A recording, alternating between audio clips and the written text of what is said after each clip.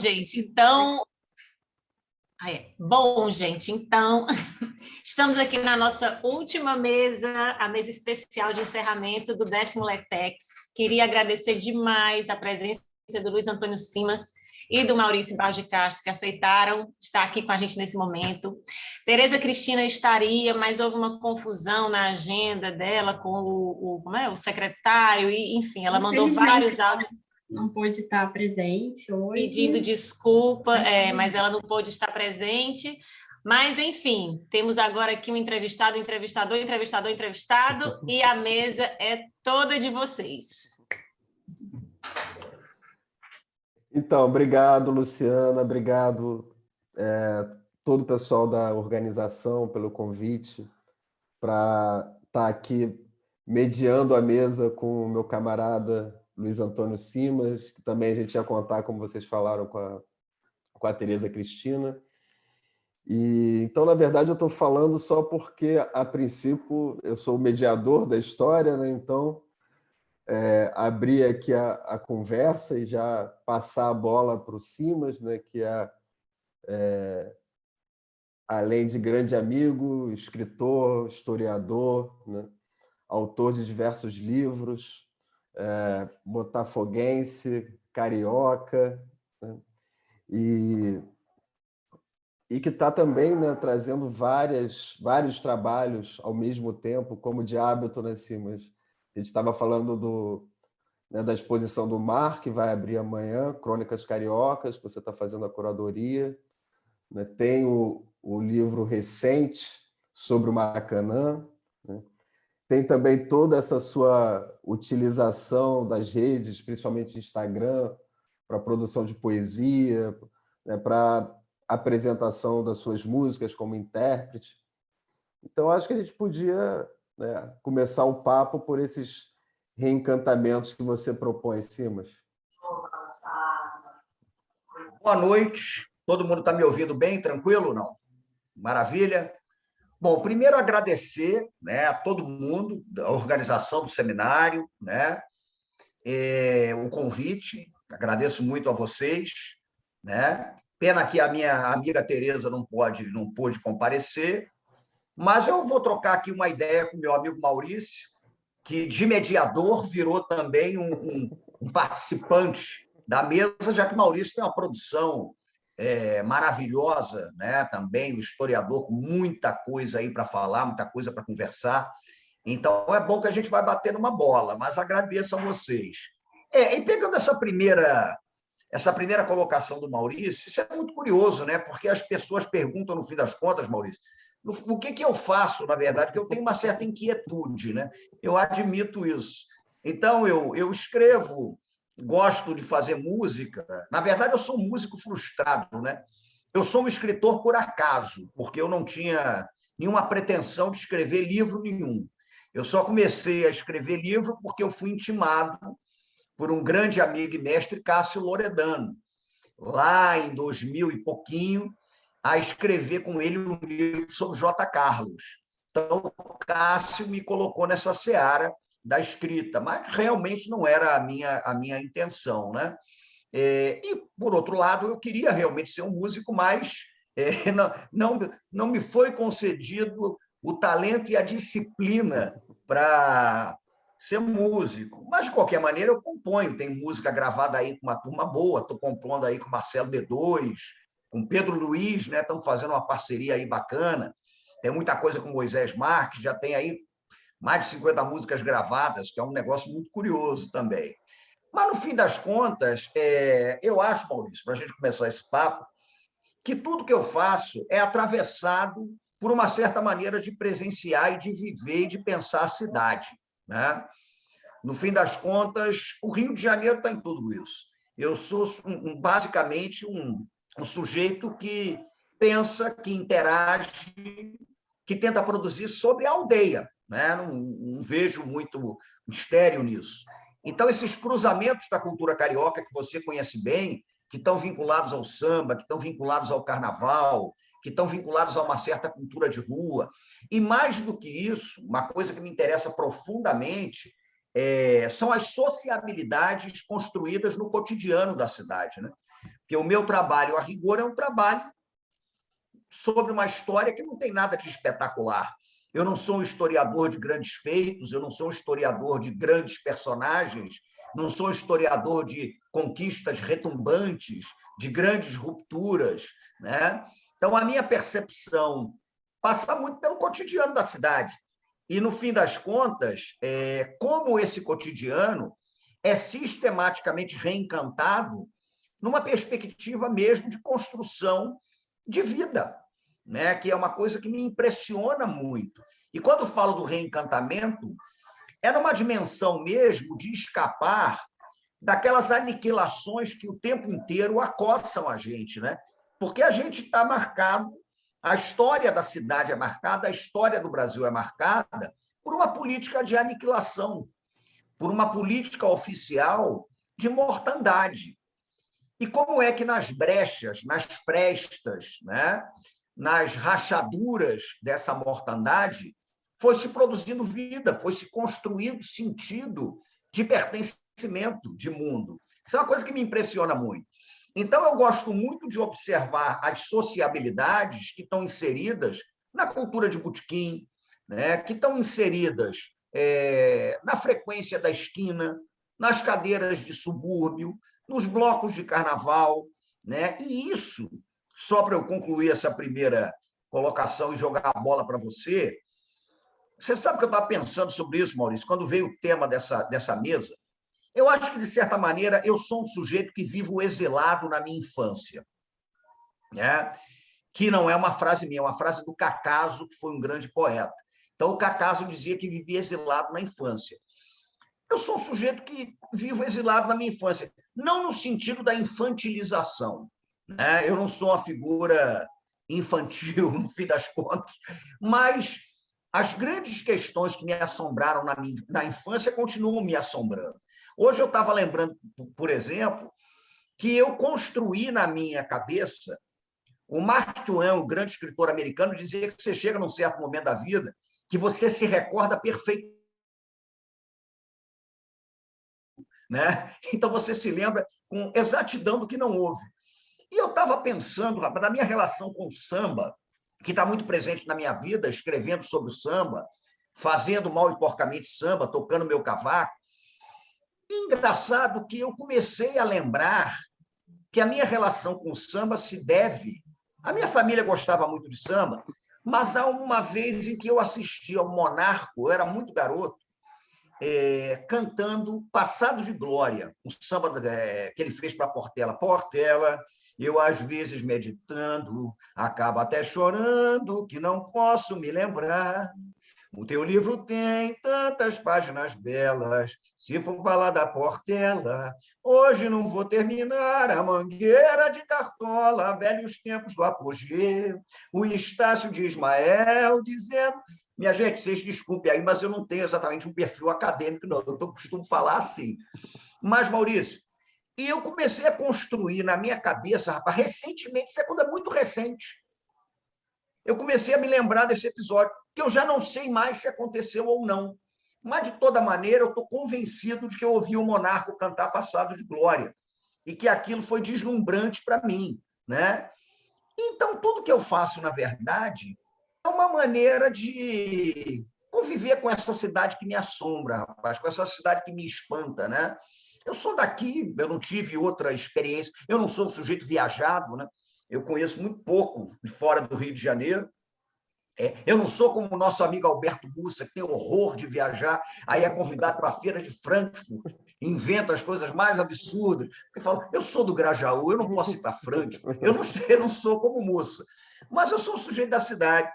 Então, acho que você também tem uma reflexão interessante sobre isso, porque é espantoso como é que nas brechas do horror, como é que nas frestas de um projeto mesmo de desencanto, de aniquilação, você foi construindo sentido de vida, né? E eu vou te jogar uma bola aqui.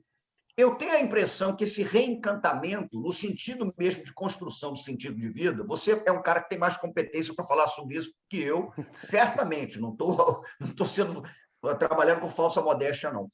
Mas eu acho que isso tem muito a ver com cultura de diáspora, sabia disso? Porque nós somos uma cidade muito marcada pela diáspora, né? E por várias diásporas. A principal e mais tenebrosa delas, que é a diáspora africana, agora tem a diáspora cigana, tem a diáspora dos judeus da Praça 11, tem a diáspora nordestina. Eu, como filho de nordestino, primeiro carioca, provavelmente nós estamos falando, nos encontrando em edifícios que foram construídos por mão de obra, né, de gente que veio do Nordeste, de retirantes do Nordeste. E eu tenho uma impressão que se toda a diáspora, o Girói fala um pouco sobre isso, né, mas se toda a diáspora aniquila, ela estraçalha, ela quebra pertencimento, ela desencanta, toda a cultura de diáspora se fundamenta na reconstrução disso, né? Na reconstrução de sentidos coletivos de vida, na reconstrução de sociabilidades, de formas de inventar identidades. Então, eu acho que a cidade passa muito por isso. Então, o que eu componho, o que eu escrevo, estou, né, me aventurando agora a mostrar algumas poesias, aquela coisa toda, mas é muito marcado por essas culturas que fundamentam um certo modo de construção do Rio de Janeiro, né? De uma cidade do Rio de Janeiro. Então, vou lançar a bola para você, porque você é um cara que trabalhou com o Zica Cartola, você é um cara que recentemente escreveu sobre o Cacique de Ramos a partir da obra do Vergara, você é um cara que fez um trabalho sankofa sobre essa experiência da diáspora, né? Que esteve na África e está aqui, e queria a tua opinião sobre isso, a impressão sobre isso. Mas eu acho que a gente é muito marcado por esse certo sentido de cultura diaspórica, né? A gente, não estou falando eu, não estou falando você, mas a construção da civilização no Rio de Janeiro, da cidade, né? Dessas formas de reencanto do mundo, que passam pelo samba, pela capoeira, que passam, enfim, por essas construções de sociabilidade, né? E aí joga a bola para você. Fala aí. Não, sim, mas certamente, né? A gente tem trocado muitas conversas sobre isso, né? Se encontrado, inclusive, né, para além dos botecos e ruas, né, em algumas produções sobre esses assuntos, né? Teve o trabalho sobre o Cais do Valongo também, né, que a gente participou, e você falava isso, né, desse mistério, né? Como pode uma cidade, né, que tinha tudo para não acontecer, que a princípio era uma cidade que é um projeto impossível e que ela vai se constituir, como você sempre fala também, nessas frestas, nessas brechas, né? Entre o carinho e a dor, né? Entre a morte e a beleza. Então, as culturas da diáspora são mesmo essas culturas do renascimento, né? Da reconstituição, né? E do movimento, né? Eu acho que por isso também o Rio é muito esse lugar de tantos entrecruzamentos ou cruzos, né, como você e o Rufino costumam falar com bastante propriedade. Então, uma cidade de encruzilhadas, né? Eu tenho, inclusive, pensado um pouco nisso, acho que a gente conversou um tempo atrás também sobre essa ideia dessa cidade permeada por encruzilhadas, né? E são encruzilhadas físicas, mas que, ao mesmo tempo, são esses espaços de reencantamento, né? De cruz entre o sagrado e o profano, né? E o fato de ter tido essa experiência em África, certamente, né, mostra como essa diáspora é potente e tanto visível quanto invisível, né? A gente percebe os traços dela, né? Ao mesmo tempo que a gente entende essa invisibilidade que permeia esses caminhos, né? As ruas, né? As escolas de samba, por exemplo, né? Você coloca sempre isso muito bem, que como todas as escolas têm orixás, e a partir do toque dos orixás que influencia o toque das baterias. Então, são esses entrecruzamentos que a gente vê o tempo todo, nessas encruzilhadas, desde a própria ideia de Calunga, né? Desse cosmograma congolês, né? Que poderia parecer uma cruz, né? De uma perspectiva cristã, mas que, na verdade, quer dizer justamente, né, essa ideia dessa linha horizontal como o mar, a morte, o renascimento, né? E acaba também tendo a linha vertical que vai compor, né, essa encruzilhada, né? Eu acho que essas águas, né, do Calunga banham o Rio de Janeiro, com certeza, né? Eu acho que um lugar, é uma cidade que como o ministro Sodré coloca, como você também traz em relação ao Maracanã, é um terreiro, né? E se constitui também a partir de todas essas contradições, festividades, frestas, cânticos, né? Que envolve uma ideia de terreiro, né? Então, acho que o Rio ele é muito impactante nesse sentido, né? O próprio Cacique de Ramos, né? Com a sua homenagem aos caboclos, né? E toda essa invenção de um grupo de jovens, né, da Zona Norte Carioca, mais específico de Ramos e Olaria, filhos, né, de pais da diáspora africana, que, a partir das suas heranças familiares e da afro-religiosidade, vão criar um bloco de carnaval que é criado para reverenciar os caboclos, né? É claro, para também se divertir, para ir às ruas, tomar as ruas com essa diversão, com essa folia, o que é amplamente legítimo, mas também essa ideia que transita entre sagrado e profano mais uma vez, né? O que está ali na rua com o cacique é algo que talvez a gente não tenha a dimensão, não é? Desde que, por exemplo, isso se consolida com o axé plantado pela mãe de Bira Presidente na quadra da Rua Uranos, né? Debaixo da Tamarineira. Isso tudo, né, é algo que eu acho que só o Rio, de certa maneira, consegue nos trazer, né? Por exemplo, a peleja da onça e do cacique, né, do bafo da onça e do cacique de Ramos no Carnaval. Isso é muito além né, de uma materialidade, né, que existe, né, está nos tambores, está naquela fantasia de nap silkscreen que o Vergara imortalizou com as fotografias dele. Mas eu acho que é essa dimensão realmente das diásporas, como você falou, que fundamenta o Rio de Janeiro, na sua complexidade, na sua história, né, que, ao mesmo tempo, eu acho que você concorda, né, apaixonante, né? Então, essas miudezas que você coloca, né, que também são fundamentais, eu acho que aí a gente volta para essa ideia sua, né, desse exílio na infância, né, dessas fabulações que vêm desse olhar, né, que é um olhar de criança, mas é um olhar daquele que também que se assombra, né? Eu acho que é esse assombro que, de certa maneira, você mantém também, né, na sua ideia de pensar as ruas, de pensar o Rio, de pensar as frestas, né? Então, eu acho que é muito por aí, sim, Simas, até porque, como você disse também, tem todas essas diásporas que fazem parte da Constituição do Rio, inclusive a diáspora judaica, porque diáspora é um conceito judaico, né, que é apropriado pela experiência africana, e não por acaso, né, nós temos essas relações entre essas diásporas, né? Por exemplo, a rainha de Sabá, né, com o rei Salomão, e aí você vai ver, por exemplo, em algumas academias de capoeira lá, como a de Mestre Bimba, né, a estrela de Salomão. Então, eu acho que isso é uma marca muito tangível e, ao mesmo tempo, intangível da diáspora, né? Uma marca de visualidade, de grafismo e de sentidos assim muito imemoriais, né? Ancestrais, que você recupera justamente dessa perspectiva da encruzilhada, né? A diáspora é uma encruzilhada, né?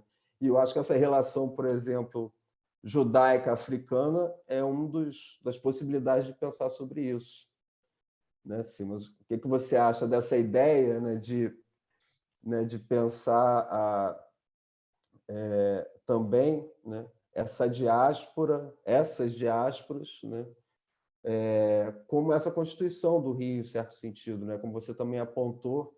E aí a gente pode também pensar em outras diásporas, as indígenas também, né, dos povos originários, né, que quando a gente pensa, por exemplo, no Cais do Valongo, que foi o lugar que mais recebeu africanos escravizados do mundo, né, ali também era um solo tupinambá, né, e era um solo tupinambá que também deixa sangue, herança, né, e mais uma vez esses cruzamentos, né, de experiências que formam o Rio de Janeiro, né? Essas experiências que estão o tempo todo também nos chamando para esse assombro, né?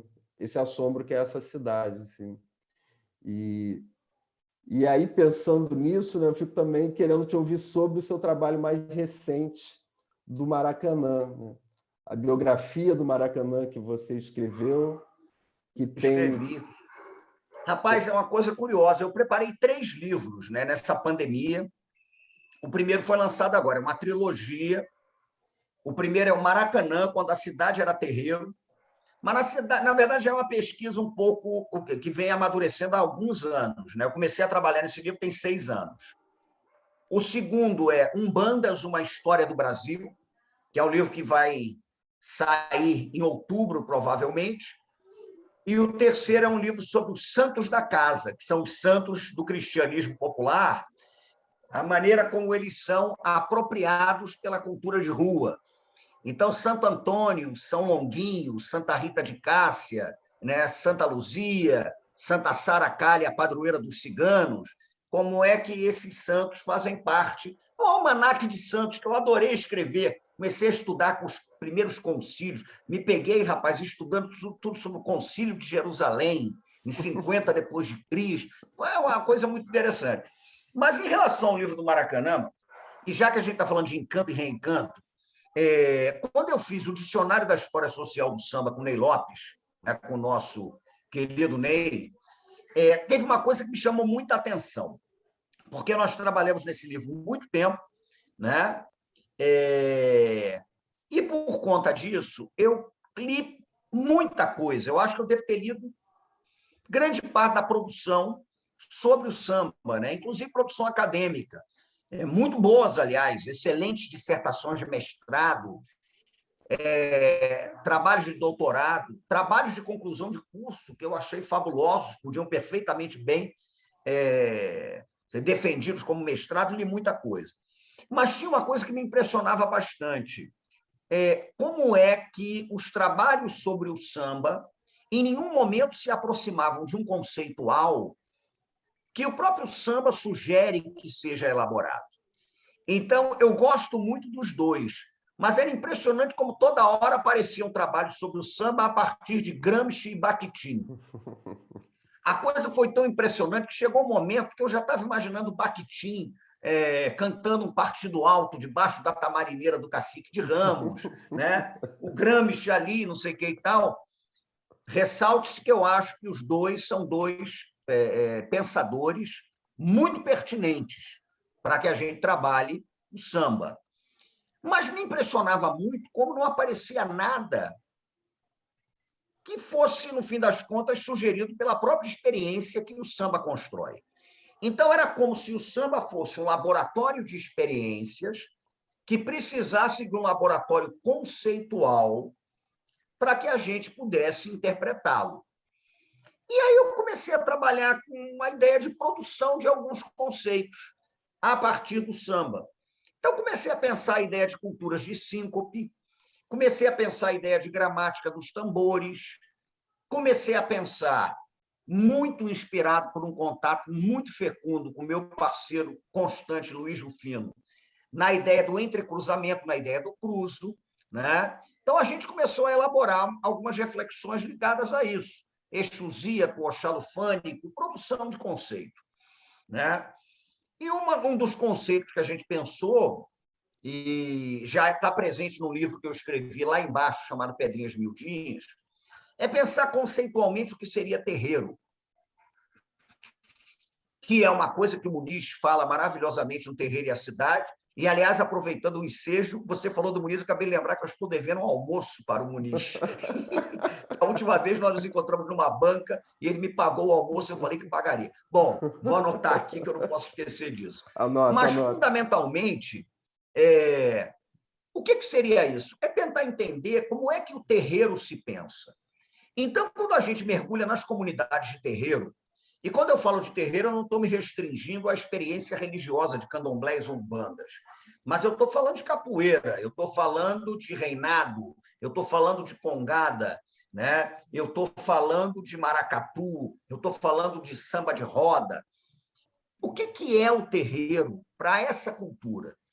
E aí eu comecei a perceber que o terreiro é qualquer espaço praticado na dimensão do encantamento do mundo, né? Então, o terreiro não tem fixidez.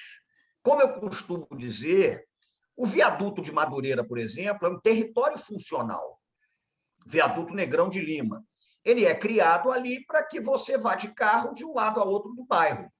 Mas quando você começa a ter baile charme debaixo do viaduto de Madureira, ou quando a Companhia de Aruanda começa a fazer roda de jongo debaixo do viaduto de Madureira, você está praticando aquele espaço numa dimensão de reencantamento do mundo, de reencantamento da cidade. E aí você tem um processo de terreirização, né? Então, o terreiro ele é um conceito interessante para a gente pensar. Enfim, neste livro do Maracanã, eu tento aplicar esse conceitual ligado à ideia de terreiro, ligado à ideia de encantamento, ligado à ideia de garrinchamento, ligado à ideia de pelintração, que são conceitos que eu estou pensando a partir de uma série de pontos de seu Zé Pilintra, o malandro encantado das umbandas. Como é que isso pode ser aplicado num estudo um pouco mais rigoroso vinculado à história? Ainda que o livro do Maracanã não seja exatamente um livro de história, mas também é. Eu até costumo dizer que é um livro que mora numa encruzilhada entre a história, a poesia, né, a crônica. Eu gosto muito de uma frase de um samba do Salgueiro sobre o café, que fala de história beirando a poesia, né? Então, isso é construção de sistema de mundo, não tem nenhuma novidade nisso, né? Isso aí é falado há muito tempo, você está construindo sistemas de mundo, você está organizando os seus sistemas de mundo, as suas vidas, né? Então, isso é fundamental. E isso está vinculado a uma tradição longa do pensamento brasileiro. Você vai ver isso, por exemplo, em Dona Leda Maria Martins, você vai ver isso em Guerreiro Ramos, você vai ver isso em Beatriz Nascimento, você vai ver isso em muita gente, né? Agora, como é que isso pode se aplicar? E esse livro do Maracanã, ele é um livro que parte do princípio de que o Maracanã foi terreirizado pela cidade do Rio de Janeiro. E, ao mesmo tempo, ele parte de uma constatação a respeito da ideia de que o futebol é um sintoma do país. Então, é uma tentativa também de pensar um pouquinho o Brasil, né? Pensar os problemas que marcam a nossa construção de identidade, como é que isso se manifesta no Maracanã. E tentar fazer uma certa leitura do Maracanã a partir dos seus personagens miúdos, que dão sentido ao estádio. Então, não é um livro sobre o que está acontecendo no campo de jogo. É um livro que tenta entender quais são as sociabilidades construídas a partir daquele vendedor de laranja que ficava do lado de fora do estádio, né? A partir do bilheteiro, a partir do Geraldino, aquele camarada que ia ao jogo de geral, rigorosamente para não ver o jogo, né? Porque você não conseguia enxergar coisíssima nenhuma, mas ali existia uma certa performance que dava um sentido de organização para aquela experiência que era muito efetivo. Então, o livro do Maracanã, ele parte dessa dimensão. E ele trabalha o tempo todo com esse embate que existe na história do Rio de Janeiro entre o encanto e o desencanto, não tenha dúvida. Tá? Mas ele é um livro também escrito numa linguagem que eu quero que seja acessível, porque eu sou um sujeito que acredito muito, como acho que você também acredita, que nós podemos produzir pensamentos complexos, né, que dialoguem com uma certa profundidade, inclusive, mas de uma forma muito acessível, né? O Altran Dourado, o grande escritor brasileiro, dizia que ficava muito impressionado quando ele lia algumas pessoas que falavam as coisas mais simples das formas mais difíceis, mas, ao mesmo tempo, ele conhecia gente que falava das coisas mais complexas da forma mais fácil, acessível, né? Quando falo acessível, eu não estou falando no sentido de abrir mão do rigor, de abrir mão do conceito, de abrir mão de uma reflexão mais sistemática. Mas, no fim das contas, Maurício, o meu trabalho ele é um trabalho de vulgarização também. Eu quero ser lido, né? Eu quero que as pessoas leiam. Eu gosto disso. Eu sou um sujeito, já que a gente está falando sobre escritas reencantadas e tal, eu vou lhe confessar uma coisa. Eu não tenho nenhuma agonia no processo de escrita. Você sabe por quê? Eu vou falar uma coisa muito séria para você, que eu conversei muito na terapia. Quando eu fiz terapia, uma época, foi bom. Doutora Ruth Goldenberg, fiz terapia com ela e tal. Mas chegou um momento que eu falei tanto do Botafogo que eu acho que ela percebeu que eu era um caso. Mas, enfim. E com muito tempo de terapia, eu realmente consolidei uma coisa que, para mim, é muito forte. Eu não preciso escrever. Eu acho que cada um tem um processo com a escrita. Tem gente que escreve por necessidade. Tem gente que escreve porque, se não escrevesse, enlouqueceria. E eu acredito que sim, acho que é legítimo. Tem gente que escreve por uma necessidade. Eu não tenho necessidade. Eu viveria tranquilamente sem escrever uma linha. Não tenho nenhuma dúvida quanto a isso. Né? A experiência da escrita, para mim, ela sempre foi uma experiência lúdica. Ela sempre foi uma experiência que dialogou muito com a ideia da alegria. Né? Porque toda vez que o processo começou a ser um processo que flertou com a agonia, eu, com a maior covardia, parei. Né? Eu vou te dizer uma coisa. O que eu tenho de projeto abortado, você não acredita. Né? Porque eu gosto de uma experiência que seja alegre. Né? E aí eu vou citar o Muniz de novo. O Muniz, uma vez, estava falando comigo que ele viu no muro uma frase: Exu te ama. E que é uma frase que está sendo muito repetida. E o Muniz não gosta dessa frase. E o Muniz falou assim: eu acho que esse povo não entende muito bem o que é Exu. Da onde é que esse povo tirou que Exu te ama? Isso não existe. Exu te ama coisa nenhuma. Exu nos quer alegres, que é uma coisa muito diferente. Né? E aí o Muniz faz toda uma reflexão sobre o amor a partir de uma ideia mesmo cristã e tal, e ele fala, é outra coisa. Né?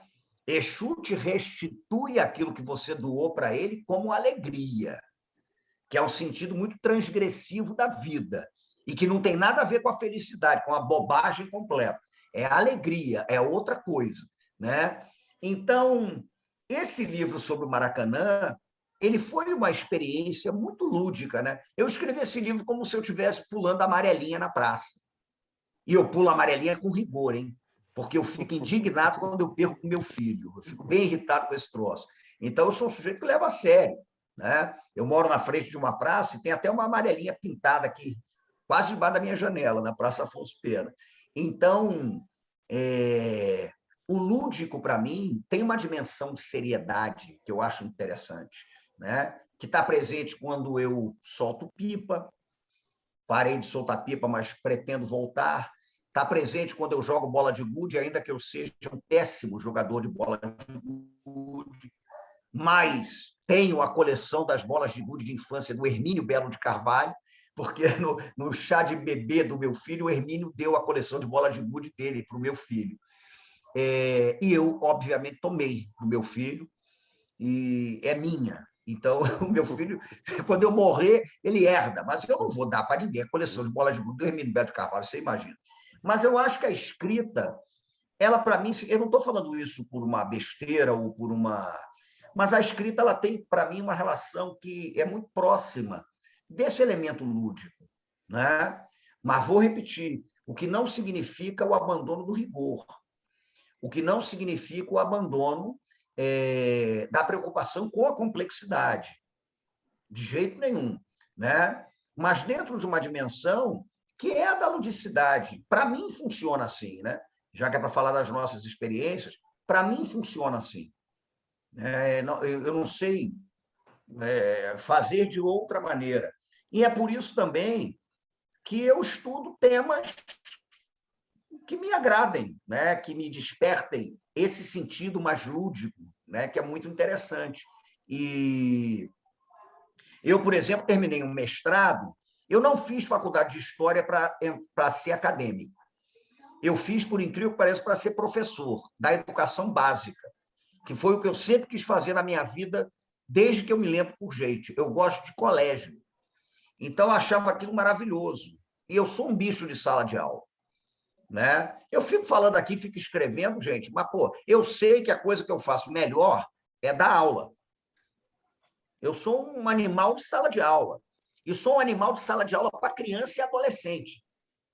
É ali que eu me encontro. Né? A minha experiência mais visceral de vida é essa. É o que eu sei fazer, é o que sempre botou comida na minha mesa. Né? Eu estou escrevendo aí porque, porra, me convidam, eu escrevo, eu gosto, eu me divirto, mas eu sei onde é que eu me sinto mais em casa. Então, o meu país é a sala de aula. Não tenha dúvida nenhuma em relação a isso. Né? São 20 e tantos anos dando aula para criança e para adolescente. E eu realmente fiz história para isso. Né? Depois eu fui fazer lá, fui para a faculdade de educação, fiz minha licenciatura e tal. E o mestrado, para mim, foi um acidente de percurso. Eu entrei no mestrado porque eu não tinha dinheiro. Eu tinha me formado e tinha a prova do mestrado e tinha bolsa. Eu estava sem emprego, eu era recém-formado.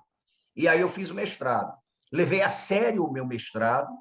Outro dia, para minha surpresa, o meu mestrado estava citado no livro novo que a Lilia Schwartz e a Heloísa Starling lançaram, que é o mestrado, veja que coisa absurda, sobre os ritos funerários na Primeira República, a partir do funeral do Marechal Floriano Peixoto.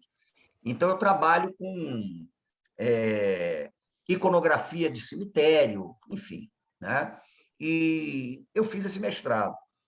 Terminei o meu mestrado, eu fui tentar um doutorado sobre o jacobinismo florianista, porque o mestrado dialogou muito com a tradição do jacobinismo na Primeira República. Mas eu recebi uma ordem, rapaz. Eu não sei se eu já falei isso em alguma live, em alguma conversa, e já que é para falar de reencantamentos, eu fui intimado pelo grande professor Joel Rufino dos Santos a não fazer doutorado. Olha que coisa curiosa. No tema que eu queria trabalhar. O Joel só faltou dizer que eu estava louco, né? Porque nas minhas conversas informais com o Joel, meu grande mestre, meu grande professor, que era botafoguense, a gente falava muito sobre isso, sobre o futebol, sobre as umbandas do Rio de Janeiro, né? Sobre as culturas de rua. Joel, que era ali de Tomás Coelho, ali daquela região ali da Ponte de Cascadura, então a gente conversava muito sobre isso. E o Joel virou-se para mim uma vez com muita seriedade. Né? O Joel ele falava de uma forma muito mansa, ele era uma figura extraordinária, tenho uma saudade imensa do Joel. Mas ele fala para mim, mas para que você vai fazer esse negócio de jacobinismo? Isso não tem o menor sentido, Simão. Você gosta de outras coisas, eu entendo isso. Né? E aí o Joel foi aquele clique que, porra, me despertou. E aí eu comecei a trabalhar com essa dimensão mesmo da sala de aula, dessa experiência toda. E eu vou lhe confessar, só para concluir e passar a bola para você, que a minha experiência no mestrado, eu que tenho profundo respeito, adoro, sou um defensor ardoroso da universidade pública, da academia, da carreira acadêmica e tudo mais, mas, rapaz, que agonia que foi aquilo. E foi uma agonia à escrita. Eu tive uma boa aceitação, a dissertação foi muito bem aceita e tal, mas a escrita foi um negócio doido, rapaz, porque eu gosto de uma escrita que se lambuze, que seja rasurada mesmo de uma certa sacanagem, de uma certa poesia, de um certo modo de ser brincante. Eu gosto muito disso, né? Do brincante na escrita e tal. E ali foi uma escrita de pedra, né? Que era muito complicado. Então, foi uma experiência que, para mim, foi muito difícil, muito complexa, no sentido mesmo de lidar com uma agonia que eu tinha para me livrar daquilo. E aí, como diria o filósofo contemporâneo Gessé Gomes da Silva Filho, Zeca Pagodinho, cada um na sua onda, cada um na sua prancha, eu não vou lá no teu barco, tu não vens na minha lancha, cada um com o seu cada um. Não era o meu caminho ali. Né? Eu queria brincar, eu sempre fui meio irresponsável também. Né? E aí foi isso. E eu vou fazendo as coisas. Então, eu acredito que é viável, como sei que você acredita também, eu acho que é viável a gente viver nessa encruzilhada mesmo, entre o saber rigoroso, entre o saber conceitual, entre a leitura sistemática, entre a boa produção acadêmica, isso tudo é fundamental, mas, ao mesmo tempo, também um certo sentido de ludicidade, né? Um certo sentido de brincadeira, isso é bonito. Eu falo isso com o Rufino, no Fogo no Mato, eu não consigo conceber uma política que não seja poética e uma poética que não seja política. Eu acho muito difícil pensar a política sem a poética e a poética sem a política. E é isso que eu tento, no fim das contas, fazer, né? E vamos produzindo, fazendo essas coisas. E aí a banda vai tocando. Agora, eu vou passar a bola para você.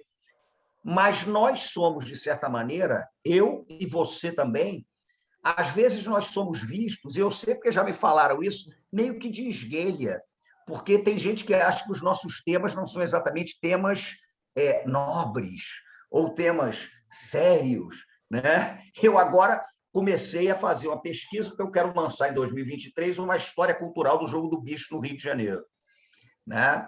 Então, ano que vem eu não quero lançar nada, porque eu quero escrever essa história cultural do bicho, né? E tem gente que olha de viés, né? Que é uma coisa curiosa. Então, eu imagino que contigo aconteça isso, o Zé Cartola, né? O Cacique de Ramos, o Carnaval, os cruzos disso com a arte. É interessante esse troço, né? Mas a gente vai fazendo, vai fazendo. E aí agora eu jogo a bola para você. Manda abraço. Não, eu certamente fico nessa encruzilhada, né? Estou nela porque você ainda conseguiu se livrar, né, dessa pedra acadêmica que se coloca, né, diante da gente muitas vezes. E eu acho que os rufinos da sua vida, né, são muito bem iluminadores, né? Né, o José Rufino foi fundamental para abrir, né, esse outro caminho para você, o Joel, desculpa, porque realmente, né, eu acho que era um problema que estava colocado ali para você também da pedra dos temas. E aí volta ao que você falou, né? Os nossos temas não são considerados, né, temas que a academia costuma dedicar muito, né, seu tempo, digamos assim. E eu mesmo, como você falou, um mestrado sobre o Zé Cartola, né, um doutorado na USP sobre a experiência do mestre João Grande entre a Bahia e Nova York. Então, são realmente os caminhos que a gente tem uma certa dificuldade de levar para a academia, né? Então, eu segui esse caminho na academia, mas sempre colocado nessa encruzilhada de tentar também levar uma escrita que encante de alguma maneira, né, quem está lendo, né?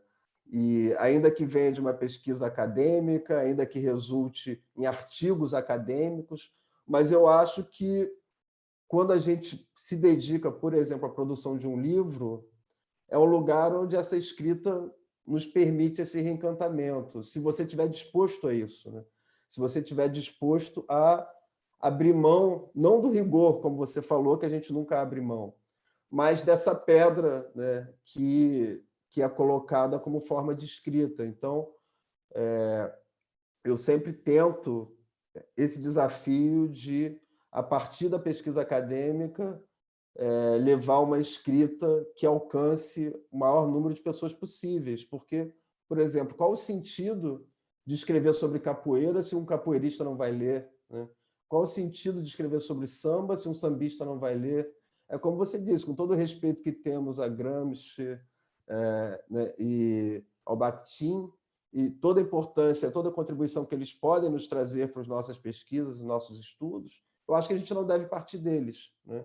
Acho que a gente deve partir dos saberes, dos ensinamentos de quem compõe, né, essas culturas que a gente estuda e que a gente se dedica, né? Você, no caso, eu não tenho essa competência, mas você ainda produz sambas, toca, canta, né? Então, eu acho que é esse o caminho, né? Eu acho que e é esse o desafio também, né? Pelo menos para a gente, né, que tem essa ideia da escrita como uma possibilidade, né?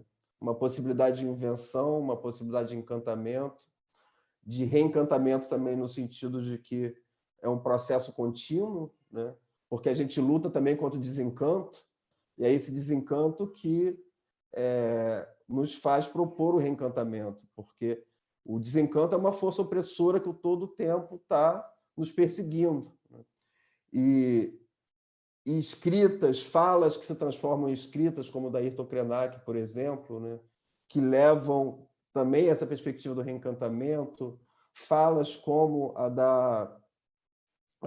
o do Davi Copenaua, né, que vão trazer uma dimensão de mundo, né, que não depende da escrita, né, mas que, a partir da escrita, pode reencantar esse mundo, né? Então, esse lugar da academia, a gente sabe as complexidades que nos coloca, né? Nós estamos aqui no Letras Expandidas, né, que é um curso de pós-graduação, e eu acho que esse pensamento é importante para todo mundo, né? Eu acho que esse tema, né, desse evento incide totalmente nessa questão, que é uma questão fundamental, né?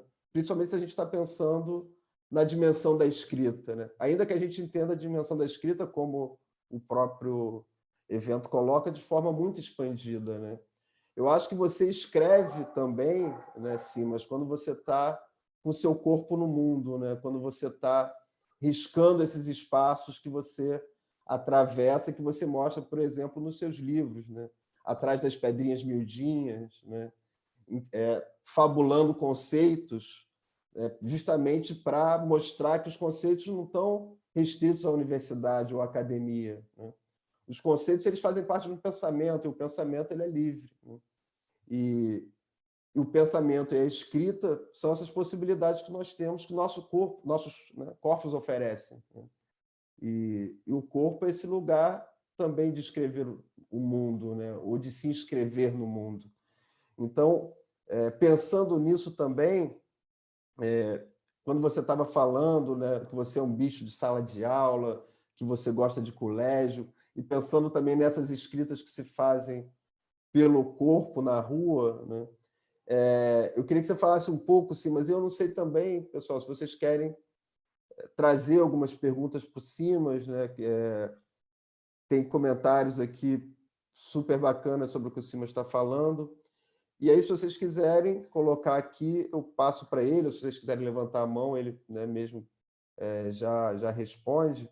Mas, Simas, o que eu fiquei pensando em relação a essa ideia né, que você sempre fala, na verdade, né, da sala de aula como seu lugar, o professor como o seu destino que você sempre vislumbrou e o que você faz melhor, mas a dimensão das ruas, né, quando você leva as suas aulas para as ruas, para os botequins, né, para todos os espaços, né, que você fez um trabalho com o Norte Comum, para as praças, né? Então, acho que isso foi também muito importante, eu acho, para essa dimensão pública, né, que agora, né, vários historiadores da academia estão falando sobre uma história pública, né? Mas você já tem trabalhado com essa dimensão pública da história, da fala, né? Ou seja, você, de certa maneira, também expandiu a sala de aula, né? E eu queria que você falasse um pouco também dessa experiência, que eu acho fundamental da sua trajetória, faz parte do seu trabalho, assim, de uma maneira muito impactante para mim, eu acho, né? Eu acho que é muito inspirador quando a gente vê um professor que domina a sala de aula e que se lança para as ruas, porque também domina as ruas no sentido de encontro com elas, de respeito a elas, né? De conhecimento delas, de atração por elas também, né? Então, se você puder... Não, falo. Aí depois a gente vê, eu não sei como é que está a questão do tempo, mas eu acho isso fundamental. A rigor, o que acontece? Isso foi um processo que começou lá atrás, né?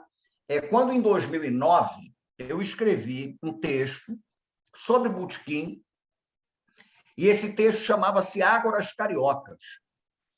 E esse texto é muito curioso, porque a ideia de pensar o botequim como uma ágora veio por conta de uma turma de quinta série, uma turma de um colégio do Morro da Providência, em que eu estava falando com a turma e eu não conseguia acessar a turma de jeito nenhum, né? A turma era encapetada até onde você possa imaginar.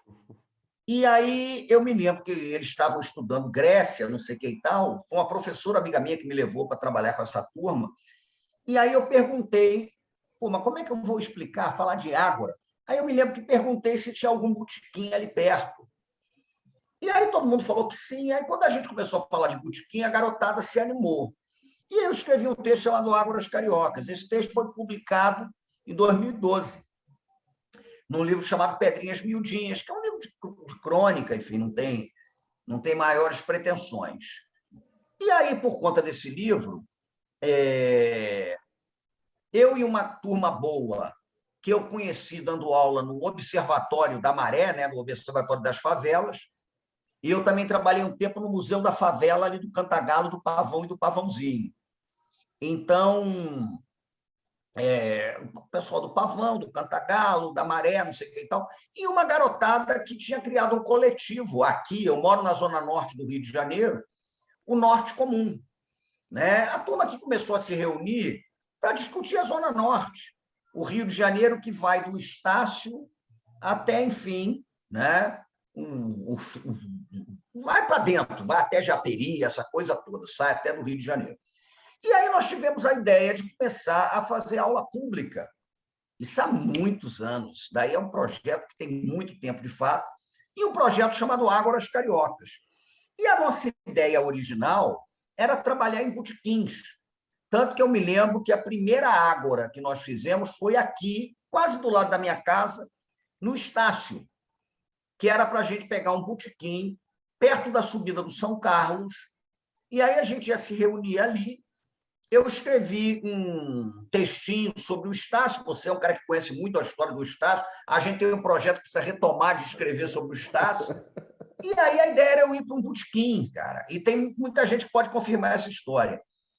Rapaz, mas inventaram de convidar gente para dedéu, e o dono do botequim, que era um português, né? Ele ficou doido, rapaz, ele só faltou tirar a arma para tirar a gente do botequim na base do tiro. E aí nós acabamos indo para a praça, para o Largo do Estácio, o que sobrou do Largo do Estácio. E foi um encontro muito fecundo, nós fizemos um Águas Cariocas. Como deu certo, nós resolvemos transformar aquele projeto num projeto de aula pública de longa duração. Então, nós realmente percorremos muito do Rio de Janeiro. Nós fizemos, que eu me lembro aqui, Estácio, nós fizemos Rio Comprido, nós fizemos Tijuca, nós fizemos Meia, nós fizemos Lins, nós fizemos Quintino, nós fizemos Madureira, nós fizemos Cascadura, nós fizemos Engenho Novo, nós fizemos Engenho de Dentro, nós fizemos Vila Mimosa, né? Onde, durante uma aula, o sujeito ameaçou me matar. Ameaçou me matar mesmo, porque eu ia falar sobre Niterói por alguma circunstância, aproximou-se de mim um sujeito que morava ali na rua e tal, e ele virou e falou, um bafo de cachaça, olha só, olha lá o que tu vai falar de Niterói, porque eu estou armado, e eu sou de Niterói, se eu não gostar, te mato. E aí o professor se vê naquela circunstância. Falei, pelo contrário, não só elogiarei, como vou cantar agora um samba sobre Niterói. Aí cantei o samba do Wilson Batista. Eu não sou daqui, eu sou de Niterói. E aí ele adorou, e terminamos abraçados, e ele estava armado mesmo. E quem era de Niterói era o Ismael Silva, né? Hã? E quem era de Niterói era o Ismael Silva, no final das contas. O Ismael era da Jurujuba, lá de Niterói, você imagina isso. Elogiei horrores de Niterói, imagine. E o pessoal do Norte Comum lembra, cara, o cara estava armado, sangue frio. Eu falei, não, mas é assim mesmo, você está... É Heráclito, tem que esperar o inesperado. Mas o que acontece, Maurício? Por que esse projeto foi uma lição para mim? Esse projeto foi uma lição para mim. Porque, pô, eu já estou coroa, né, cara? Eu já estou mais para Calicut do que para Lisboa. Já dobrei o Cabo da Boa Esperança. Quando eu comecei com esse projeto teve um início que hoje acho que foi muito arrogante. E eu já falei isso com o pessoal do Norte Comum. Nós, no início do projeto, fomos muito arrogantes. Porque a nossa ideia era chegar no lugar e nós daríamos aula no lugar. Mas ainda bem que nós percebemos logo que o lugar não precisava ter aula nenhuma sobre ele. Que ali o fundamental era escutar o que o próprio lugar dizia, né? Então, o Águas Cariocas, ele virou um projeto de aula, mas ele virou, sobretudo, um projeto de escuta. Então, a gente chegava no lugar, tinha antes toda uma aproximação, a gente nunca fez um Águas chegando na sexta para fazer o Águas domingo. Tinha sempre uma conexão com moradores que queriam e não sei o que e tal, papapá, né? E nós percebemos isso, olha, é abrir o microfone e registrar esses depoimentos. Então, eu acabava falando um pouco sobre a relevância da história oral, falava um pouco sobre o lugar e não sei o que, e tal, e o microfone abria. Eu lembro que nós fizemos um Ágoras em Honório Gurgel, que foi lindo, porque umas senhorinhas começaram a querer falar sobre a memória do carnaval de Honório Gurgel, de Costa Barros, então foi muito bonito, né? E nós acaba que temos mais de 80 horas gravadas, cara, com depoimento de moradores, a memória construída desses lugares, que é uma coisa impressionante. Eu lembro, por exemplo, de uma senhora também indignadíssima, porque é de Magno, e ela um dia descobriu que Magno não existia mais, porque a prefeitura mudou até, na época, a estação de trem, que deixou de ser Magno, passou a ser estação de trem do Mercadão de Madureira. Então, essa foi uma experiência fascinante que eu continuei. Eu parei com a pandemia, mas são já quase 13 anos de aula pública, né? Eu já dei aula em cemitério. Onde você possa imaginar, eu já dei aula. As pessoas chamavam, então vamos lá e a gente vai, a gente fala, né? Em quadra de escola de samba, já fiz Portela, fizemos Ágoras na quadra da Portela, homenageamos Candeia na quadra da Portela, né? Tudo quanto é lugar, cara. Fizemos muita coisa. E é interessante porque é isso que eu te disse. Aos poucos você vai percebendo que o lugar ele é produtor incessante de cultura, né? Então, você não leva cultura para lugar nenhum. O que você tem que fazer ali é estar disponível para que aquilo aconteça, né? E foi muito bonito. Antes da pandemia, a gente estava fazendo um circuito de bares aqui pela Tijuca. Então, pelo Rio Comprido, eu estava trabalhando algumas aulas públicas no Bar Madrid, né? Pensando no circuito de botequim, já estava articulando com uma turma ali do São Carlos também, trabalhar no Estácio, né? Trabalhar com uma aula pública no Estácio e tal, fazer esse tipo de coisa. Mas foi tudo muito bom, foi tudo muito bonito, e era um contato muito fecundo, com um pessoal maravilhoso, né? E a gente quer retomar. Passando a pandemia, vamos retomar porque tem muita coisa para fazer ainda, né? Então, as conexões estão aí, né? Tem uma turma que já me chamou para dar aula em Birosca, em tudo quanto é lugar, e eu gosto porque, na verdade, você sabe como começa, você não faz a menor ideia de como acaba. Porque as interações acontecem, né? Às vezes surgem consensos maravilhosos, às vezes surgem afetos extraordinários, às vezes surgem divergências, às vezes surgem problemas, como, por exemplo, desse camarada que chegou lá dizendo que ia dar tiro em mim por causa de Niterói. Mas você tem que estar experimentando aquilo, né? Não tem outro jeito. Então, a coisa funciona dessa maneira, né? E a gente vai fazendo. Então, eu acho mesmo. E quando eu comecei a fazer isso, eu não tinha nem leitura teórica nem nada sobre história pública. Isso, na verdade, começou com uma grande diversão e uma forma de interagir com a cidade. Vamos para botequim conversar sobre a cidade? Vamos. Começou rigorosamente assim. E você pode confirmar com a garotada toda do Norte. Carlinho Mejoeiro, Pablo, Tiagão, JV, G. A galera toda vai te dizer que foi assim. Começou no Bode Cheiroso. A gente tomando ali um chá de macaco e falando das coisas e não sei o que. Então, por que a gente não ocupa botequim como sala de aula e tal? Cara, e isso aí dizia o velho Paulo Freire, né? Educação acontece em qualquer espaço. E a gente tem que ter um certo cuidado para não confundir educação com escolaridade. A escolaridade é fundamental no processo educativo. Lógico, a escolaridade é crucial. Mas o fenômeno educativo está acontecendo na praça. O fenômeno educativo está acontecendo no botequim. O fenômeno educativo está acontecendo na quitanda, né? Pô, eu sou filho de um sujeito, meu pai não tem estudo nenhum. Eu sou aquele caso clássico do primeiro da minha família que terminou o ensino médio e entrou para uma universidade. Mas meu pai, a vida dele foi ser cortando cabelo e fazendo barba, né? Barbeiro, cabeleireiro, aquela coisa toda. E era impressionante como a barbearia, como o salão de cabeleireiro, como aquele foi o espaço de construção educativa do meu pai, rapaz, impressionante.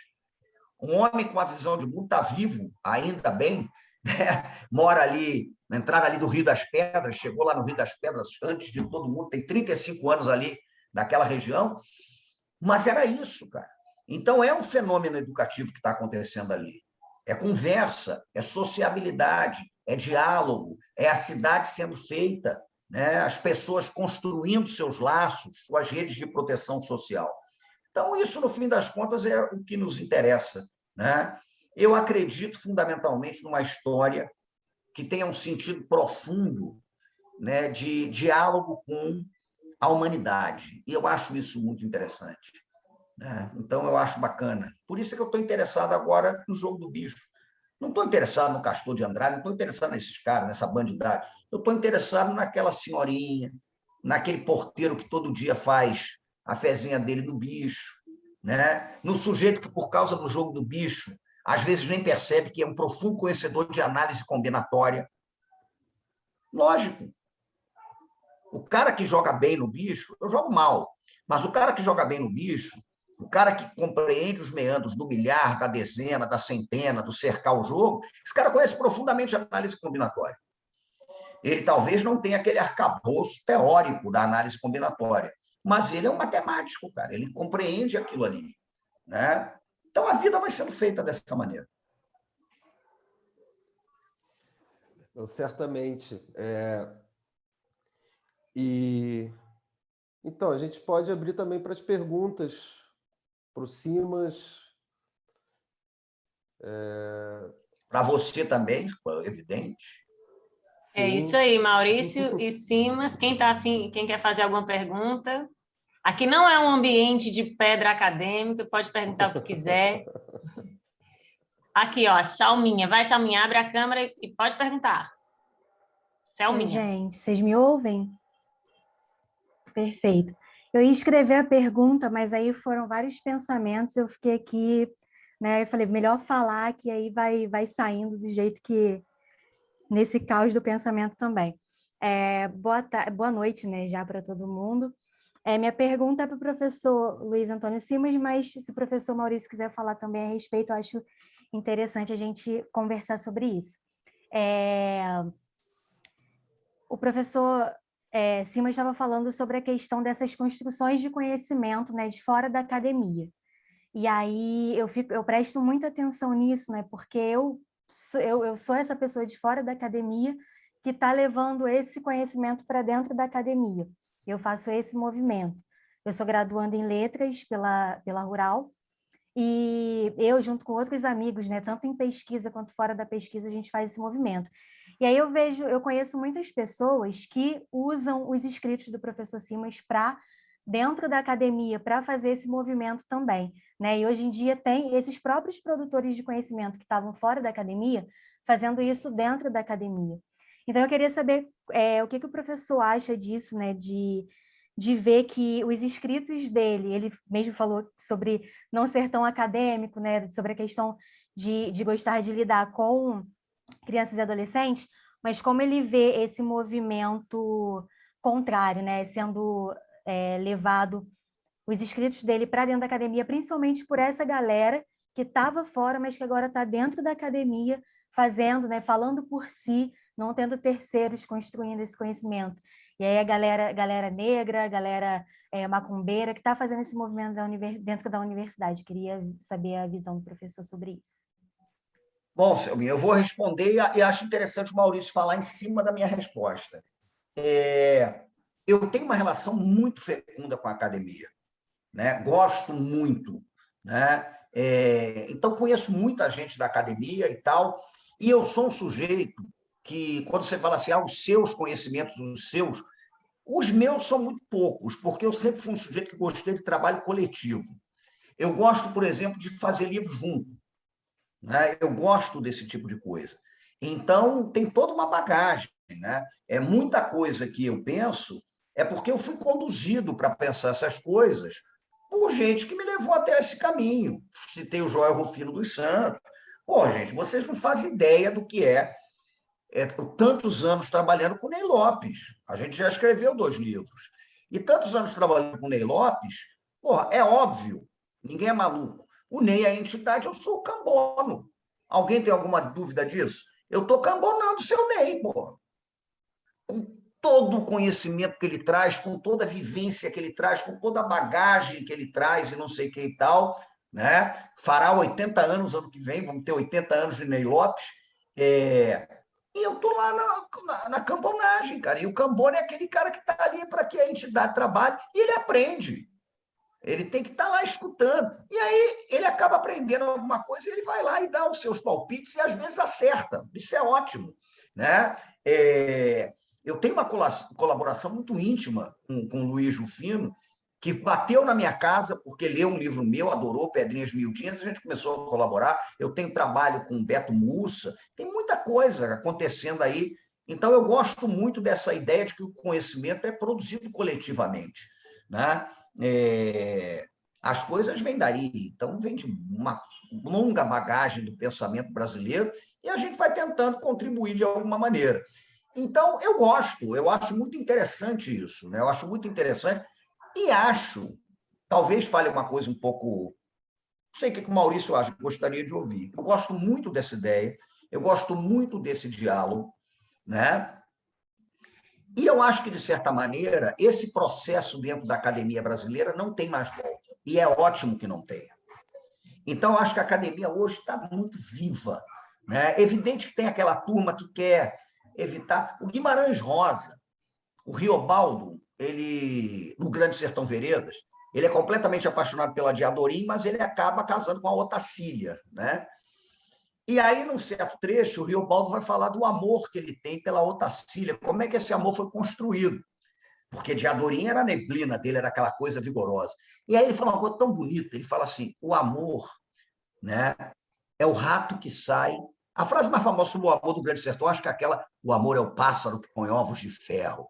Mas tem outra que eu acho mais interessante, quando ele fala o seguinte, o amor é um rato que sai do buraquinho, é um ratazão, é um tigre-leão. Isso é muito bonito. Porque sai do buraquinho como um ratinho. Agora, no momento que cresce, não tem como você botar de volta no buraco. Então, eu acho que a academia brasileira hoje, ela está revigorada pela presença de uma turma que chegou, né? Pela presença indígena, pela presença negra, do negro, da mulher, de todo mundo, da diversidade que está na academia. Isso é muito importante para a academia. E é por isso que tem tanta gente careta também, apavorada, que combate esse tipo de coisa. Mas isso o Maurício pode falar muito melhor que eu.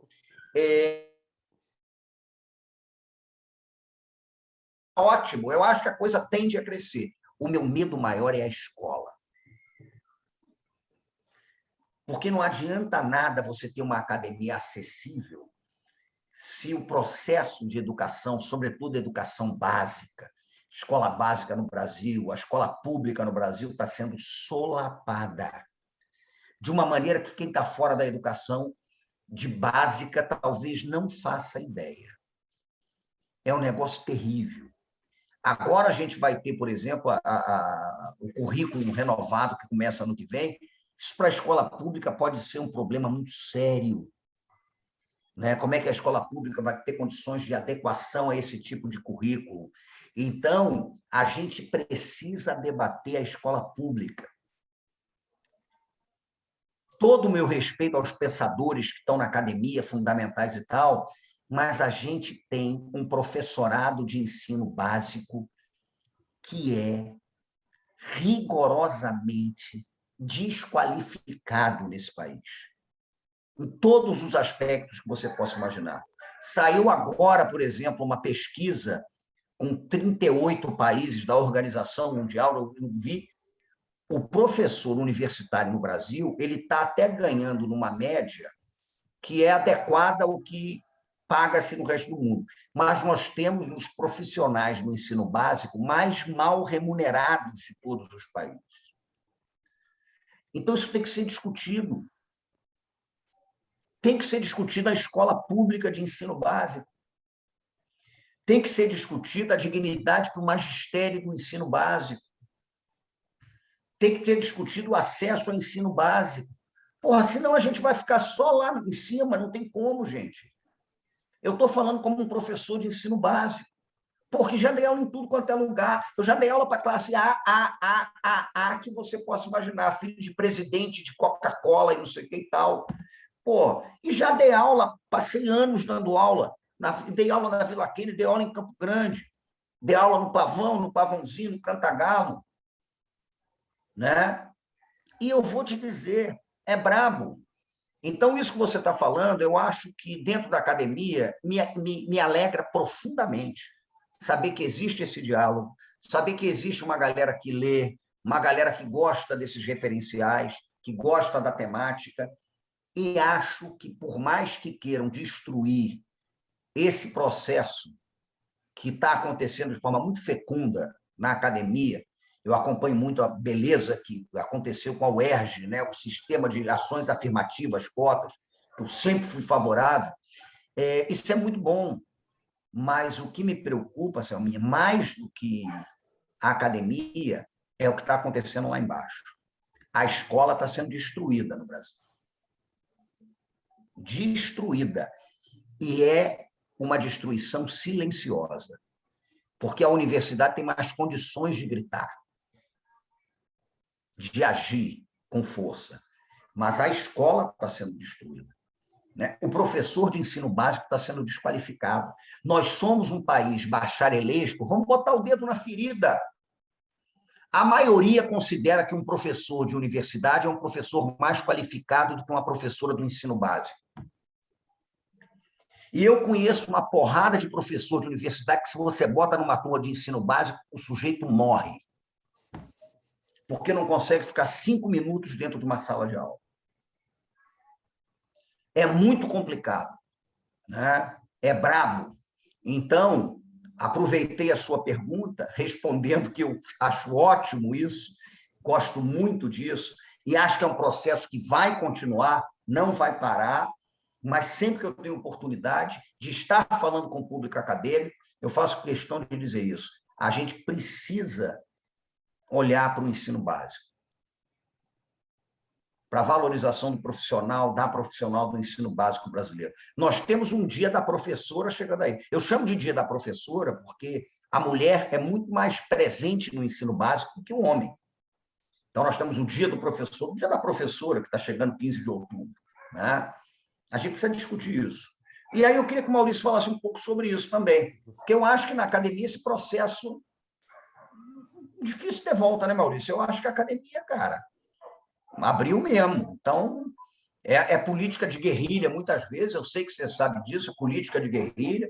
Né? Eu imagino que política, não precisa falar nada sobre isso, mas eu imagino que política de departamento seja uma experiência muito complexa, mas, não sei, eu acho que a academia, o rato saiu do buraquinho, virou o ratazão, virou o tigre-leão, e o pássaro colocou os ovos de ferro. Você não quebra mais, né?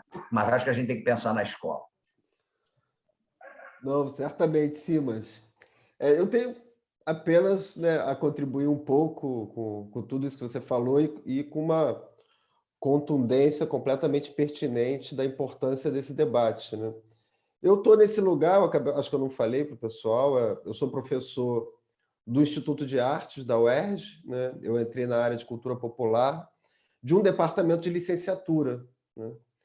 Então, o meu departamento, né, que, como você falou, as políticas de departamento são realmente muito complicadas, mas a gente está ali em torno da questão da formação de professores de artes.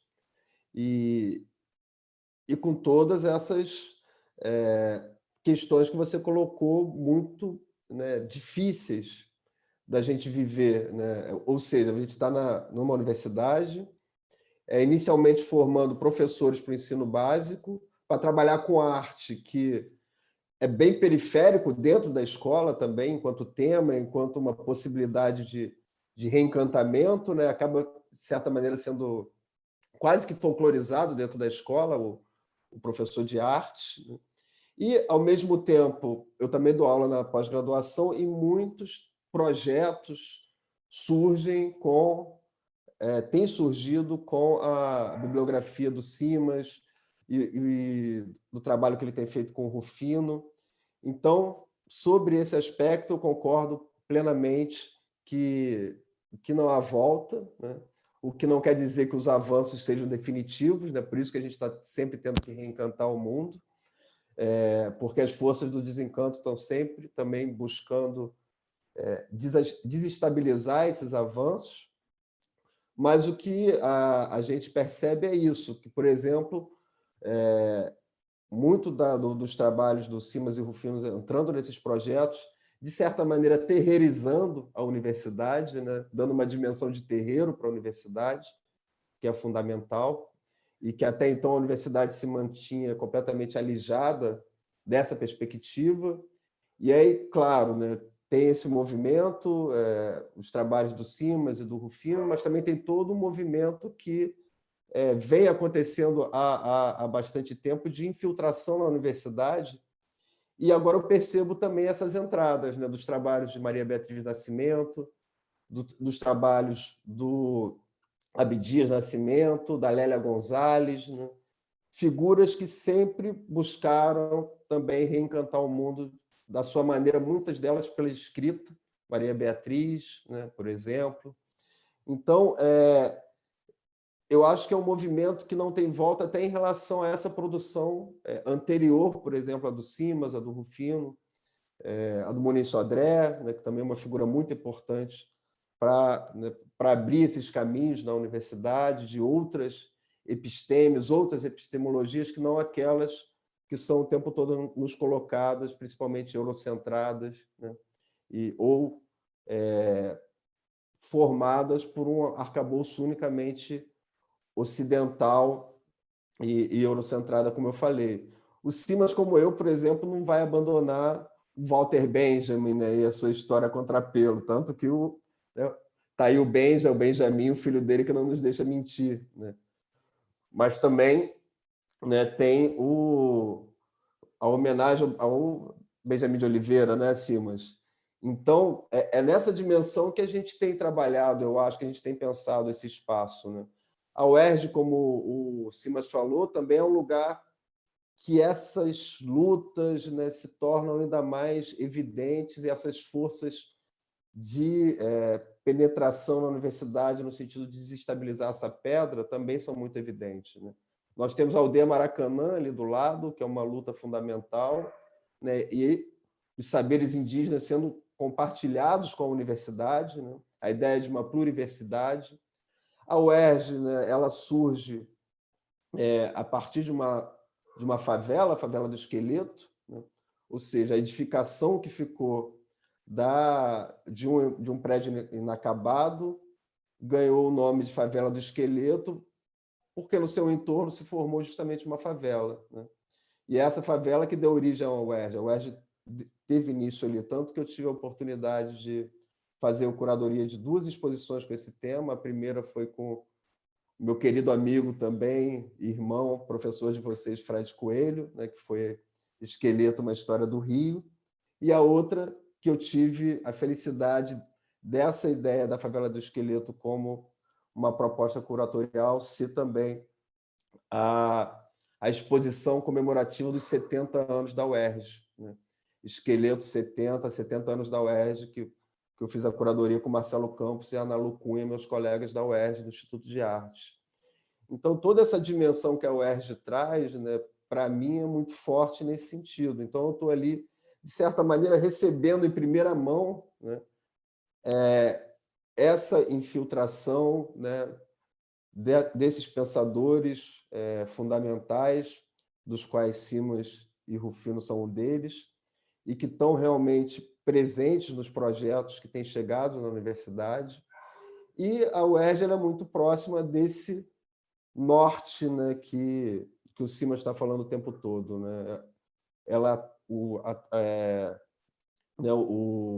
O trem está bem ali na frente, a mangueira está bem ali na frente, né? Então, eu acho que é um espaço que acaba sendo, digamos assim, um dos primeiros a receber essas influências, mas que certamente não é a única universidade onde essa influência e esse caminho sem volta se instaura. Eu imagino que na PUC o processo guardadas todas as diferenças, também acontece, né? Porque senão o Simas não estaria aqui, por exemplo, falando, né? Vocês não teriam convidado a Tereza Cristina.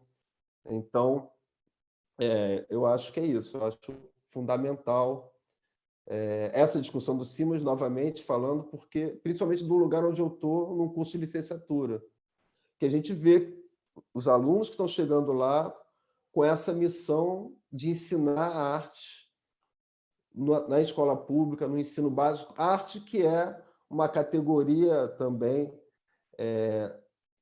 que durante muito tempo se manteve unicamente como uma categoria elitizada, em certo sentido, né? Se a gente for pensar a arte que circula pelos sistemas, né, de exposição, pelos espaços museais. Essa arte que também está sendo desestabilizada, né, por uma produção muito potente, né, indígena, por uma produção muito potente negra, né? Então, essa é outra presença que eu vejo na universidade no campo da arte, né, no sentido também de afrontar e de trazer poéticas, políticas, como o Simas colocou, que também desestabiliza esse espaço do cubo branco, né? Que só esse nome já traz algumas reflexões que nós podemos ter, né? Então, todos esses saberes, né, eu tenho percebido na universidade com muita força, né? Com uma força sem volta, como o Simas colocou, o que não significa que a luta não se mantenha no sentido de que ainda há muita coisa a fazer, né? E há muito a lutar contra os retrocessos. A gente tem tá vivendo esse momento no Brasil, né, de luta contra retrocessos. E então esse alarme que o Simas está acendendo para a condição da escola pública, do professor de escola pública, eu percebo num certo front, não no front da escola especificamente, mas no ambiente de formação desses professores, né, no campo das artes especificamente. Então, Tem uma pergunta isso aqui, professor, da Paula, bom, primeiro eu queria saudar todos os professores que estão aqui, tanto os da PUC, como as professoras daqui, ó, do município do Rio de Janeiro, Educação Básica. A professora Paula, ela faz uma pergunta: como podemos lutar contra o desencanto nas escolas para nossas crianças? E eu vou engatar na pergunta dela, a minha, como se reencantar por mais de 20 anos na escola pública, passando por todo esse desencanto, né, em cima dela. E, gente, a Camila está me dizendo que eu furei a fila da Paula aqui, então depois a gente faz as mais duas perguntas e aí a gente vai para as considerações finais, para não tomar muito tempo também dos nossos entrevistados. Pode fazer em bloco também, né? As perguntas. Acho melhor, até por causa da Pode hora, ser. que eu ainda tenho compromisso hoje aqui no... Então vai, faz essas três e pronto. Cadê as outras? Estão aqui para cima, né? O Rodrigo quer fazer uma pergunta e a Letícia Marinho. Eu só queria, a minha pergunta tem um pouco a ver com isso também, é só contextualizando essa ideia do reencanto, como que ele falando que foi ele citou literalmente que é um bicho, um animal de sala de aula, né? Como é que foi para você se adaptar a essa situação de EAD e tal? Como é que você conseguiu se reencantar como professor, dando aula sem o calor humano, sem a sala de aula, sem o colégio? Então, só para acrescentar aí a essa pergunta da Paula. Obrigada. Vai, Rodrigo. Eu tô acrescentando uma pergunta aqui na verdade, de alguém acho que foi o Ivan, que perguntou como é que o Simas pensa a cidade. E eu também estou acrescentando essa pergunta, perguntando como é que o Simas vê a cidade nesse contexto da pandemia e esses cenários, essas próprias diásporas, e como é que ele vê esse cenário da cidade no futuro, depois da pandemia. Eu tô me prendendo a uma coisa que me segurou muito na pandemia, desculpa eu me alongar um pouco, mas é uma matéria que eu li sobre o carnaval pós-gripe espanhola, que reza a lenda que foi o maior carnaval da história do Rio de Janeiro. Eu queria saber aí essa tara de perguntar aos historiadores sobre o futuro, mas eu estou seguindo nessa. E o que o Simas tem a dizer sobre isso? Obrigado.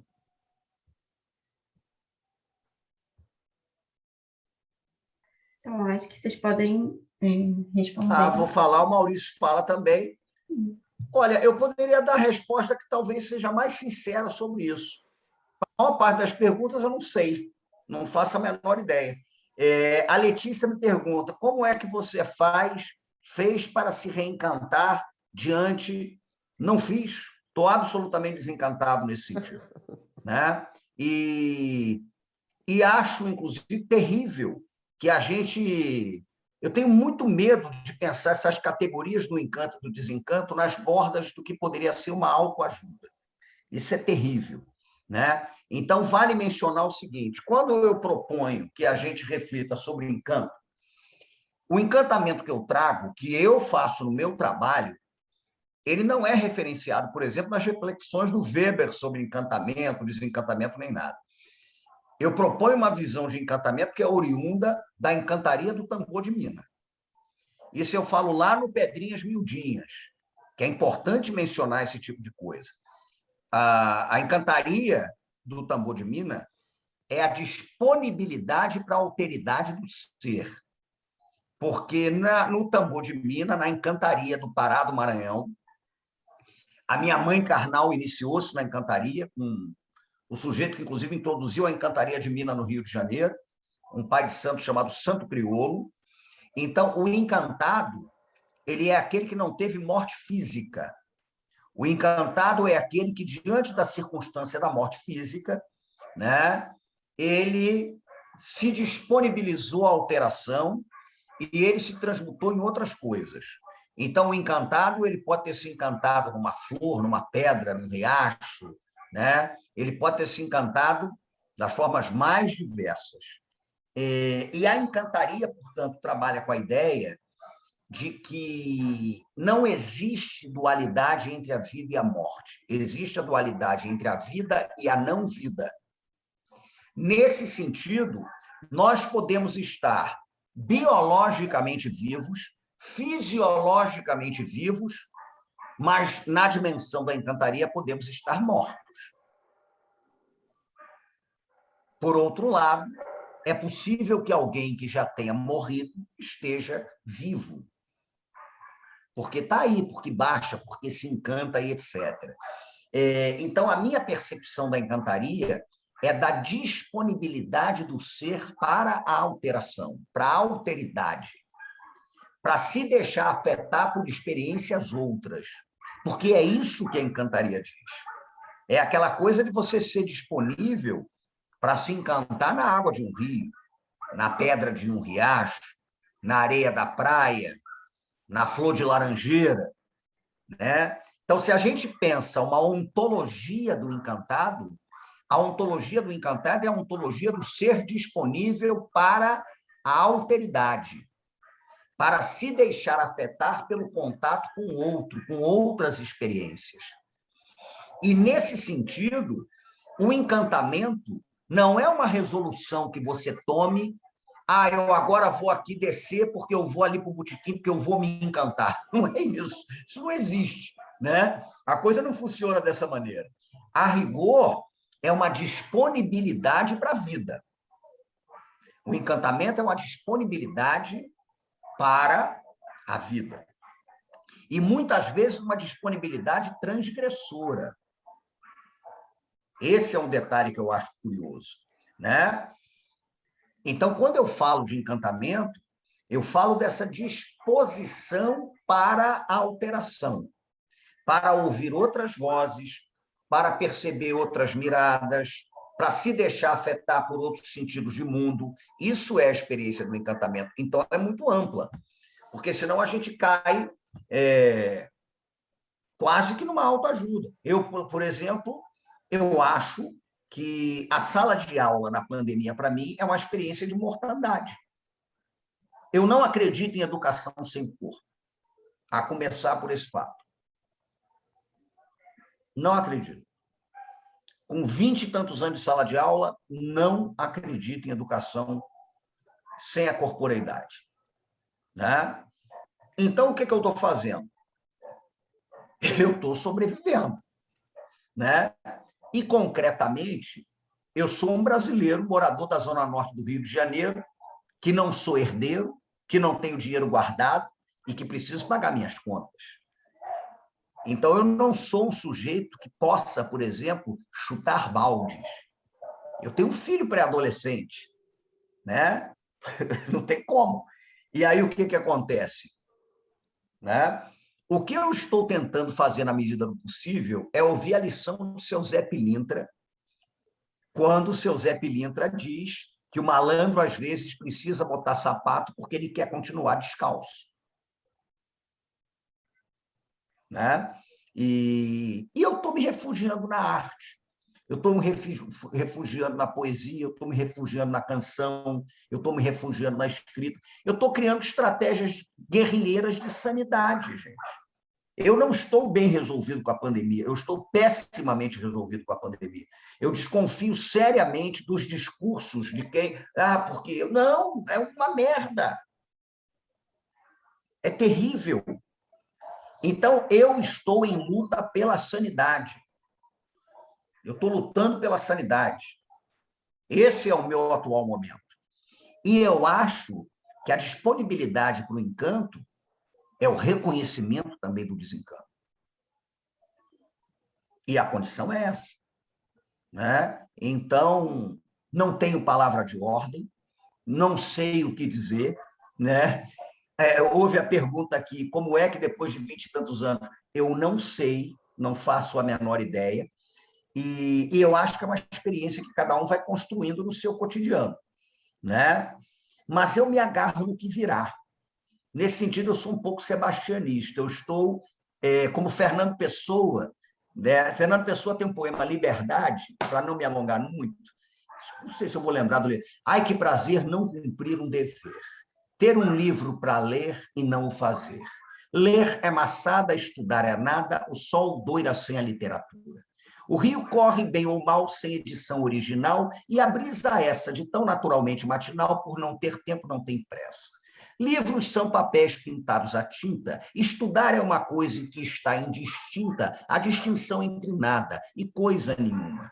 Como é melhor quando o ar bruma, esperar por Dom Sebastião, quer ele venha ou não. Bom mesmo no mundo são as músicas, as crianças, as danças e o sol que peca só quando, ao invés de criar, seca. E mais do que isso foi Jesus Cristo, que não entendia nada de finanças, nem consta que tivesse biblioteca. Tem um verso, lembrei dele todo, tem um verso desse poema que eu acho fabuloso. Quanto é melhor quando a bruma esperar por Dom Sebastião, quer ele venha ou não. Eu estou ali, na bruma, né?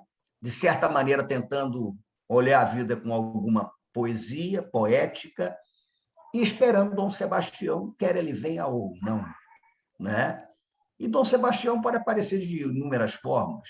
De repente, ano que vem, eu dando aula presencial, é o rei Dom Sebastião entre sala, né? E se produz a experiência do encanto. Mas eu sou um sujeito de amiudamento da vida. Então, eu tenho um olhar muito voltado para as miudezas. Né? Eu não acredito em grandes transformações, em retumbantes vitórias, nada disso. Mas eu acredito que a vida vai sendo bordada, tem coisa pela frente. Né? E só para concluir, em relação à cidade, mas então eu não teria, não faço ideia. E eu acho que o professor também, ele vai fazendo a sua experiência dentro da sala de aula. Não tem também que vocês ficarem dando ouvido ao mais velho que tem 20 anos de sala, é porque é isso, é aquilo. Nada. Cada um vai fazer a sua carreira, vai descobrir a sua melhor maneira de interagir com a criança. Né? Claro que, conversando, se relacionando, a gente vai criando casca e vai tocando em frente. Né? Em relação à cidade, como é que eu vejo a cidade? A cidade é uma disputa. Eu vejo a cidade como um Marques Rebelo. Uma cidade é formada por várias cidades. Então, o Rio de Janeiro é uma cidade disputada. A cidade é essa disputa entre quem vê a cidade como um ponto de encontro e quem vê a cidade como um ponto de circulação de mercadoria, entre quem vê a cidade como lugar do medo e quem vê a cidade como lugar do afeto. Eu acho que é uma disputa. A cidade está sendo disputada. Sempre teve. A cidade sempre foi disputada. Ela é uma encrenca. Então, a cidade é um problema. A gente está vivenciando isso. Eu não sou um adepto do carioquismo cordial, né? De que o carioca maneiro, não acho que é isso, não. Mas acho que é por aí, gente. Não tem muito além disso, né? E vamos ver o próximo carnaval. Da Espanhola não foi um grande carnaval? Vamos ver. Mas eu queria agradecer a vocês, então, a disponibilidade, né? E a alegria desse encontro. Tomara que a gente se reveja, quem sabe, no ano que vem, presencialmente, com saúde, para que depois do encontro a gente possa parar numa birosca aí para molhar a língua e tomar uma cervejinha. Muito obrigado, gente. Muita saúde para vocês. Obrigada, Simas. Maurício, quer concluir a sua fala, fechar? Não, só quero também agradecer muito, né, novamente pelo convite, a oportunidade de estar aqui com o Simas mais uma vez. A gente já dividiu algumas mesas e é sempre muito bom estar com ele, ouvi-lo, né? E é isso, eu concordo, claro, com tudo que o Simas falou, né? E me lembro Dom Sebastião, né? Dom Sebastião, quem cantou Lençóis põe abaixo o Maranhão.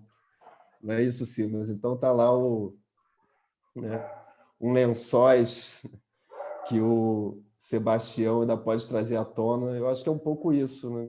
Pode trazer à tona, mas enquanto não vem à tona, nós estamos vivendo, né, esse sentimento do Sebastião que nos coloca dessa possibilidade do encanto, né? Então, eu achei ótimo quando o Simas falou que não se trata de uma autoajuda, né? Nós não vamos nos encantar, né, dessa maneira, mas, e por outro lado, eu falei do Dom Sebastião, pegando, claro, a carona do Simas, porque é isso, essas dimensões do encanto, elas não estão nessa perspectiva que a gente pode pensar, né, que foge, né, dessa nossa possibilidade de outros encontros, né? Eu acho que quando o Simas fala que a encantaria né, esse se voltar para a alteridade, isso é muito bonito, né? Eu trabalho com... meu grupo de pesquisa se chama LAPA, Laboratório de Artes e Políticas da Alteridade, né? Então, essa preocupação com o outro, da perspectiva da encantaria, né, porque nós temos esse problema com o outro, né? Muitas vezes nós nos voltamos para o outro para colocar num lugar inferiorizado, subalternizado. Então, a encantaria dessa perspectiva do Simas que se volta para esse outro, né? No sentido de fabular junto, de receber o conhecimento desse outro, eu acho fundamental. Eu acho que é isso que nos move também, em certo sentido. Então, gente, muito obrigado mesmo. E, bem, foi muito bacana estar aqui com vocês e com o Simas. Muito bom ter vocês aqui com a gente. Muito obrigada, Maurício. Obrigado, Maurício. Obrigada, Simas.